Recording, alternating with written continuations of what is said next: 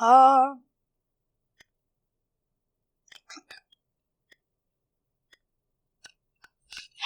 everyone, and welcome back to I'm the Villainess, so I'm taming the final boss, and this is chapter 1.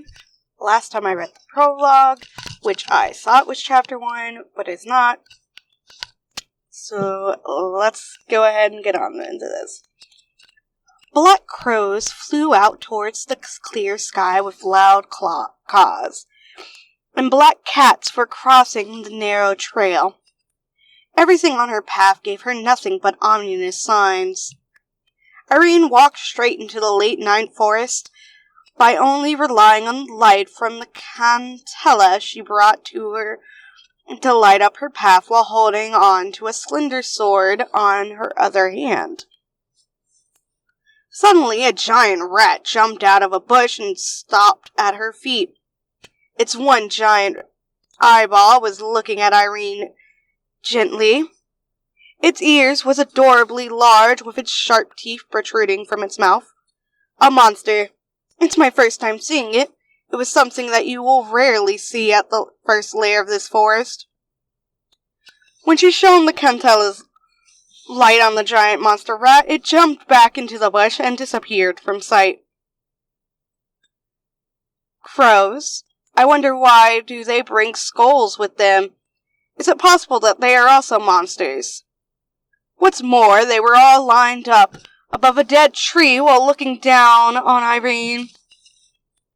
If they decided to attack Irene together all at once, maybe she'll be in more than a sorry state. In the midst of cawing crows, she was trying to think of a way to save herself when she heard a voice. The numbers are indeed a problem. But if I were to turn back from here, I'm going to die. But if she were to proceed, she might die as well. Go home! A large-sized crow suddenly spoke. As she had guessed, they were monsters. Then voices of crows echoed around Irene as if they wanted to trap her in it. Go home, human! The Demon King castle lies ahead. The Demon King is reading. Strangely, there's an everyday schedule report mixed in with the warnings. But in this situation where the crows were talking, she didn't really feel like laughing. What is your purpose in coming here, girl? Do you come here to die? It's the girl who was abandoned by her betrothed yesterday. Is this for revenge purposes? Ridiculous. At that, Irene raised an eyebrow, and the voices of the crows continued to ridicule her. If you are persistent, you'll be dumped. This is common sense. You're someone with a bad reputation, the worst. Selfish, arrogant, thinking that she was loved by the crown prince. You guys sure are noisy. Do you guys want me to turn you into yakitori? She stared directly at the noisy crows while giving them her best glares. She then straightened up her back and smiled gracefully.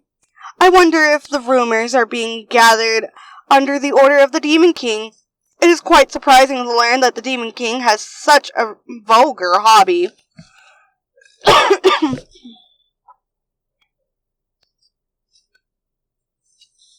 Just like that. The eyes of the crows were all gathered on her. The Demon King was an existence loved by all monsters. Insulting the Demon King was nothing but purposely trying to pick a fight with all the monsters. Provoking them is a suicidal act. If he turns out to be such an unreasonable being, I'll turn back and leave this place.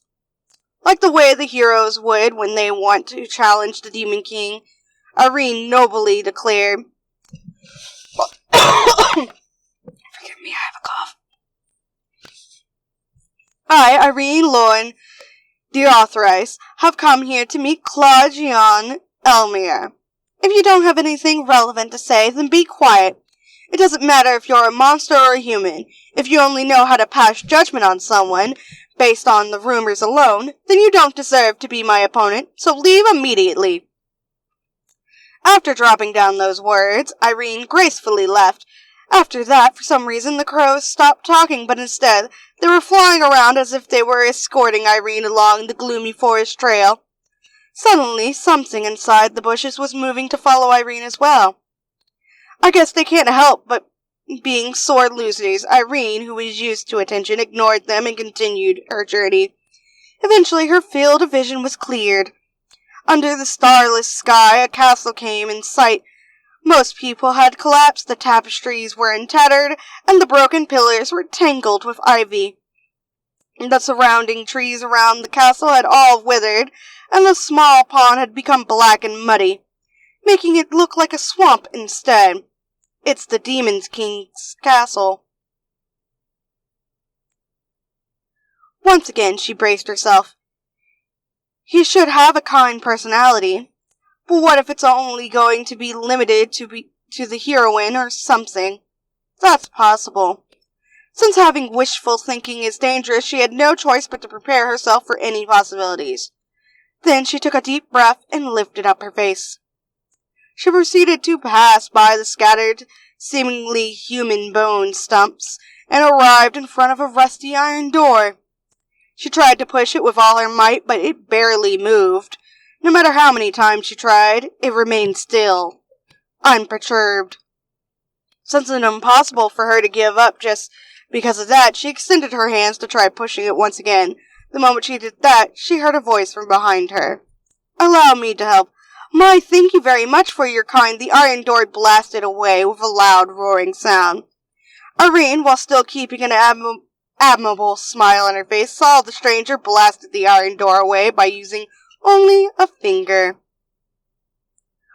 Glossy black hair, colored deeper than the darkness itself, fluttered as the damp night wind blows, exposing the facial features beneath it. Everything about the stranger was like a perfect first-class painting. Elegant nose with thin lips, both his facial features and his body were too perfect. But what's more striking than those features were his pair of shimmering, bloody scarlet eyes. Compared to the CGs, the real person's intensity is much more amazing. But I recognized that face. Irene chose to keep that knowledge to herself. Irene does not have much time. The engagement annulment was the event flag for Cedric's capture route. At this point, if I don't do something, I'll die. It's going to be like in my previous world all over again. Not even love. I can't even enjoy all the joy of my youth. What business does a human have with me? The Demon King, as well as the first prince of the Elmere Kingdom, Claudiana Elmore, spoke expressionlessly. But she was too afraid to notice the details. Irene kept her chin up, tucked her hair gracefully behind her ears, and smiled as usual. "I have good news, of course. I came here to propose marriage to you." Just when she saw he had no reaction, lightning fell down from the sky and struck down a big, withered tree, causing it to burn and split into two. As if God going to send down his divine judgment on her. Who's going to propose a marriage to whom? To Irene, who kept on smiling. The person politely asked her the question. The flames behind him burned as if it was dancing, illuminating the surrounding, almost like an inferno. Thanks to her willpower, she was going to keep on smiling, otherwise. Like I said, I came here to propose marriage to. When the lightning struck down thrice around her, her willpower lost to her instinct. Before she could listen to her answer just like that, Irene fainted, falling backward. And that is the end of this chapter. So I hope you all enjoyed it. I certainly did. I've been really enjoying reading the series. So thank you all for being here. Once again, special thanks to my Patreon and Ko-fi supporters and my channel members for helping me make this awesome content for you guys. You're all amazing. If you want to hear more of this novel as I read it, feel free to like, comment, subscribe, so that I know that this is kind of content you're enjoying. I'm personally enjoying this series. There is an anime adaptation happening at the moment of me recording this, which is why I know about the series. My husband was raving about it. So, yeah. Have a lovely day, and thank you all for being here. Bye-bye!